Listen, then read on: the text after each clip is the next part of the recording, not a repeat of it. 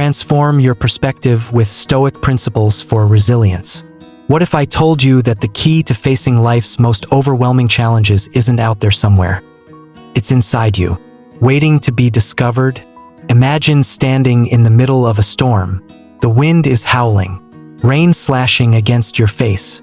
You can't control the storm, but you can control how you brace yourself, how you decide to stand tall despite the chaos. This is what Stoicism is all about, mastering the art of resilience, not by bending the world to your will, but by becoming unshakable within. Let's start with a story. Picture Marcus Aurelius, the Roman emperor, sitting in his tent late at night. Outside, the empire is crumbling under the weight of invasions and betrayal. Every decision he makes could spell life or death for thousands. But there he is, writing in his journal, calmly reflecting on the impermanence of life. You have power over your mind, not outside events. Realize this, and you will find strength. He writes, what gave him this sense of calm? How did he stay grounded while the world burned? Now imagine yourself in his place, not as an emperor, but as a modern individual navigating the storm of deadlines, social pressures, and personal setbacks. Can you find the same calm, the same resilience in your everyday chaos? Let me tell you something, you can. The essence of Stoicism lies in one profound principle, the dichotomy of control. The simple, yet revolutionary. There are things you can control, and things you can't.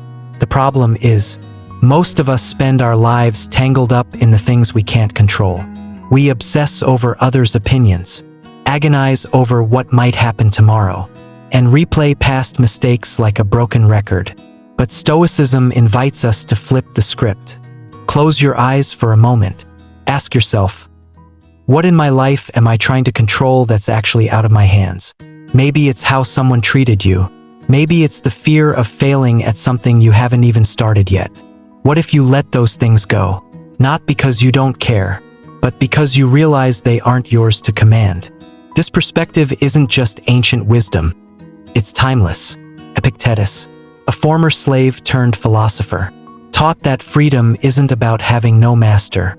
It's about mastering yourself. Imagine the weight of his words.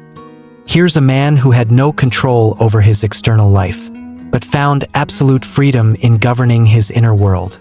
He didn't let his circumstances define him. He became free by choosing his response. Now, let's bring this closer to your world. Think of the last time you were stuck in traffic, fuming at the driver who cut you off, or the time someone criticized you, and their words replayed in your mind for days. Stoicism asks, why give away your peace for things you can't control? Instead of reacting, what if you paused? What if you decided not to let that moment own you? Here's a practice you can start today, what the Stoics called premeditatio malorum, or premeditation of evils. Each morning, take a few minutes to imagine the challenges you might face that day. Not to worry about them, but to prepare. Picture the rude comment you might hear, the frustration of a delayed meeting, or the pang of failure if something doesn't go your way. Then ask yourself, how will I respond? When the moment comes, you'll find that you're ready, not because you avoided the storm, but because you learned to weather it. Let me share another story. Seneca, one of Rome's wealthiest men, practiced poverty for several days each month. He would eat simple meals, wear plain clothes, and live as though he had lost everything. Why? To remind himself that the fear of loss was worse than loss itself. The next time you're paralyzed by the fear of losing something, money, status, or even a relationship, ask yourself, what's the worst that could happen? Could I survive it? Chances are, you'll realize you're stronger than you think. But Stoicism isn't just about enduring hardships. It's about finding freedom and joy in the life you already have. Marcus Aurelius wrote, think of yourself as dead. You have lived your life. Now, take what's left and live it properly. First, this sounds grim, but it's not about death. It's about perspective. Imagine if you treated every day as a gift. How differently would you live? Let's pause here. Picture your life as a river. You can't stop the current or control its speed, but you can decide how you navigate it. Will you fight the flow, exhausting yourself trying to change what can't be changed? Or will you learn to move with it, steering where you can and letting go where you can't? Here's a challenge. For the next 24 hours, every time you feel anger, frustration, or fear, ask yourself, is this within my control? If it's not, let it go. If it is, act with purpose. You might be surprised by how much lighter you feel. Before we move on, let me leave you with a question. If your peace depends on things outside your control, is it truly peace? Unleashing inner freedom, the path to resilience. Let's start with a story that will stick with you. Imagine a young soldier on the battlefield.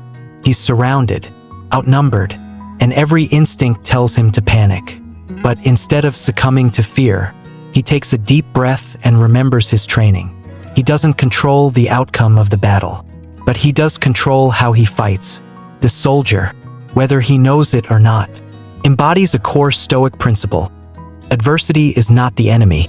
It's the forge that shapes resilience. What does this mean for you? Think back to the last time life knocked you down. Maybe you lost a job, faced rejection, or struggled with something deeply personal. In those moments, it's easy to feel like the world is against you. But what if I told you that these challenges are gifts in disguise, opportunities to grow stronger, wiser, and more resilient? Stoicism teaches us that pain isn't just something to endure, it's something to use. Epictetus once said, "Difficulties show what men are." Think about that for a moment.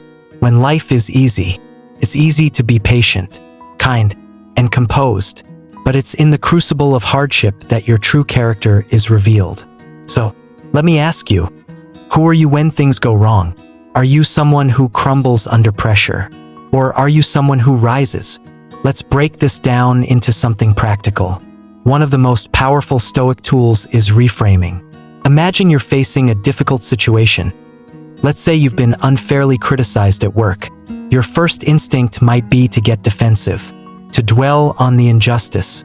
But Stoicism invites you to pause and ask, how can this serve me? Maybe the criticism reveals something you can improve. Maybe it's a chance to practice patience and humility. Either way, you reclaim power over the situation by choosing how to interpret it. Now, let's explore another cornerstone of Stoic resilience, the idea of control over perception. Marcus Aurelius wrote, "The soul becomes dyed with the color of its thoughts." What he meant is that your reality isn't shaped by what happens to you, but by how you think about it. Imagine waking up to a rainy day. You could see it as a ruined plan, or you could see it as a chance to enjoy the sound of rain and a warm cup of coffee. The rain hasn't changed, only your perspective has. Here's a challenge for you. The next time you face something you perceive as negative, stop and ask yourself, is this bad? Or is it just unfamiliar? Could there be a hidden benefit here? This shift in perspective is like unlocking a secret superpower. Suddenly, setbacks don't feel like the end of the world. They feel like stepping stones. But Stoicism doesn't just help us with big life challenges. It transforms how we approach the everyday. Let's talk about something we all struggle with, criticism. Have you ever noticed how a single negative comment can stick with you, even when 100 positive ones don't? Seneca had a remedy for this. He said, "What is good must also be useful." In other words, if criticism helps you grow, embrace it. If it doesn't, discard it. Either way, you win. Think about the freedom in that. The next time someone criticizes you, ask yourself, is there truth in this? If so, how can I use it to improve? If not, why should I let it bother me? This isn't about ignoring feedback. It's about filtering it through the lens of wisdom. Now, let's tackle a bigger question. How do we find meaning in suffering? Imagine a blacksmith hammering a piece of metal. Every strike seems harsh and unforgiving, but with each blow, the metal becomes stronger, more refined. Stoicism invites us to see our challenges the same way. They aren't there to break us. They're there to shape us. Viktor Frankl, a Holocaust survivor deeply influenced by Stoic ideas, wrote about finding purpose in the darkest of times. He said, "When we are no longer able to change a situation, we are challenged to change ourselves." Think about that. No matter what life throws at you, you always have a choice, to let it define you or to let it refine you. Here's another practice for you: journaling. The Stoics were big on this, not as a diary, but as a tool for reflection. At the end of each day, write down what challenged you, how you responded, and what you learned. Over time, you'll start to see patterns, moments where you chose strength over weakness, wisdom over impulse. And in those patterns, you'll find resilience. Let me share one more story. A ship is caught in a violent storm. The crew is panicking, but the captain stands calm, steady at the helm. Why? Because he knows the storm is temporary. He doesn't waste energy wishing the sea were calm. He focuses on steering the ship. You are the captain of your life. The storms will come, but you can always choose how you navigate them. Before we move to the next part, let me leave you with this question. If every challenge you faced were secretly designed to make you stronger, how would your life change? The freedom of letting go, mastering the art of inner peace. Let's begin with a thought experiment. Imagine holding a heavy stone in your hand. You clutch it tightly, convinced that letting go will somehow make things worse. Your fingers ache, your arm tires, and yet you hold on. Now, let me ask you, what would happen if you simply opened your hand? This is the essence of Stoic peace, letting go of the burdens we were never meant to carry. We cling to worries, grudges, and desires as if they define us. But Stoicism teaches that true freedom comes from releasing what is not ours to control. Consider this: how much of your mental energy is spent on things you cannot change? The rude coworker, the traffic jam, the unpredictable future. Marcus Aurelius wrote, "It is not events that disturb people, but their judgments concerning them." The next time you feel stress creeping in, pause and ask yourself, am I reacting to reality or to my interpretation of it? Let me tell you a story of transformation. Picture a man who has just lost his job, a devastating blow to his confidence and sense of security. He spends days spiraling into self-doubt, replaying what he could have done differently.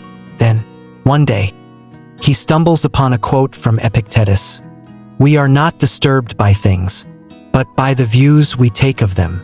He realizes that the job loss is an event. His suffering is optional. He begins to see the loss as a chance to realign with what truly matters.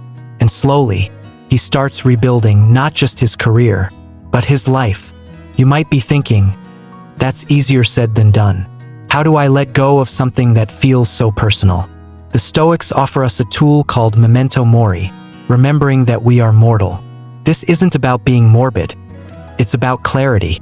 When you remember that life is finite, the small annoyances lose their grip on you. Imagine holding a grudge against someone. Now picture yourself and that person years in the future, both older, perhaps no longer alive. Would the grudge still matter?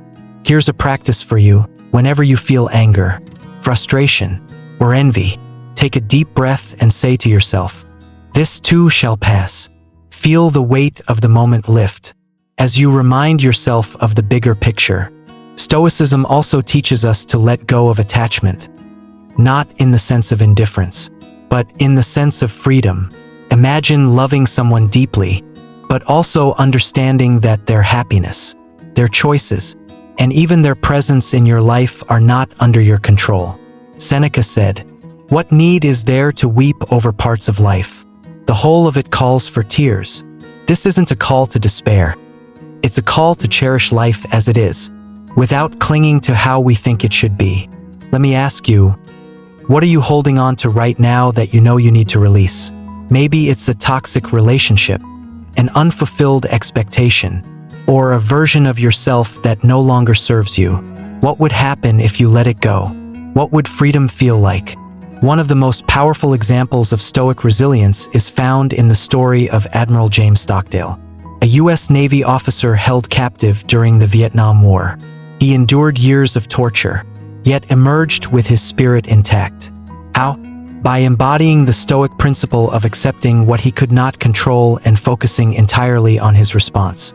He famously said, "You must never confuse faith that you will prevail in the end, which you can never afford to lose, with the discipline to confront the most brutal facts of your current reality."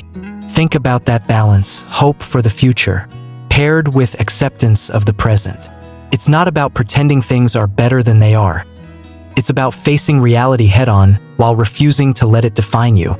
Here's a practice inspired by this idea. Each evening, reflect on the day and ask yourself 3 questions. What did I encounter today that was beyond my control? How did I respond to it?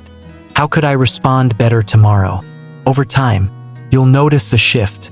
You'll start approaching life with calm and clarity, unshaken by the inevitable ups and downs. Now let's talk about something we all face. Fear. Fear of failure. Fear of rejection. Fear of the unknown. The Stoics viewed fear not as something to avoid, but as a teacher. Marcus Aurelius wrote, "If you are distressed by anything external, the pain is not due to the thing itself, but to your estimate of it, and this you have the power to revoke at any moment." Imagine that power, the ability to strip fear of its hold simply by changing how you perceive it. Here's a challenge for you. The next time you feel fear, don't push it away. Sit with it. Ask yourself, what am I really afraid of? What's the worst that could happen? Often, you'll find that the fear is more intimidating than the reality.